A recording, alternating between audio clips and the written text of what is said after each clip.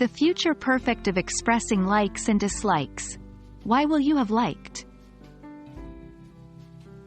Hello learners. Welcome back to our English language learning journey. Today, we'll dive into a fascinating part of English conversations: expressing likes and dislikes in the future perfect tense. Our particular focus will be on the phrases, "Why will you have liked?" and "Why will he, she have liked?" These forms may sound complex at first, but they are incredibly useful and not as intimidating as they seem. So, let's jump right in. Before we get into the specifics, let's remind ourselves what the future perfect tense is.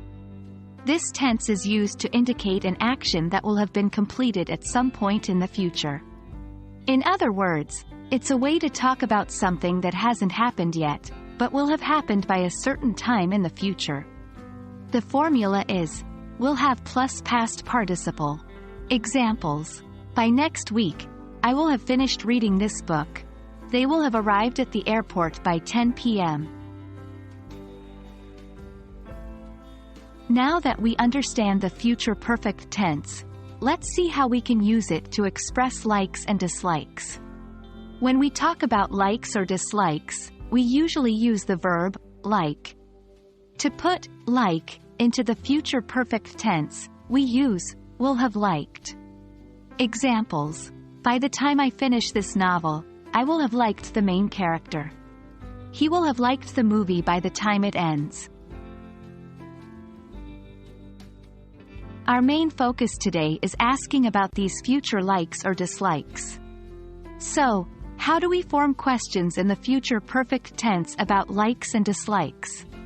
Simply, we start the question with why, followed by the subject, then will have liked. For example, why will you have liked the main character? Why will he have liked the movie? These questions are asking for the reasons that someone will have a certain opinion or feeling in the future. Now, let's do some practice together. Imagine you are talking to a friend who plans to visit a museum exhibition next week. You might ask, why will you have liked the exhibition?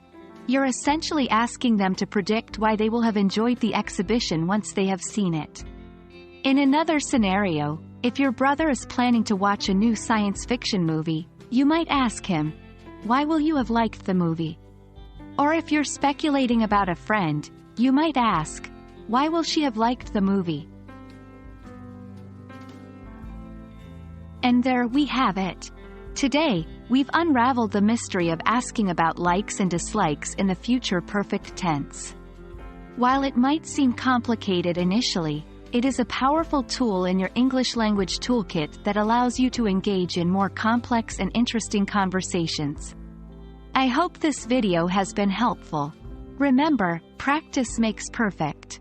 So, try to incorporate these new structures into your daily conversations.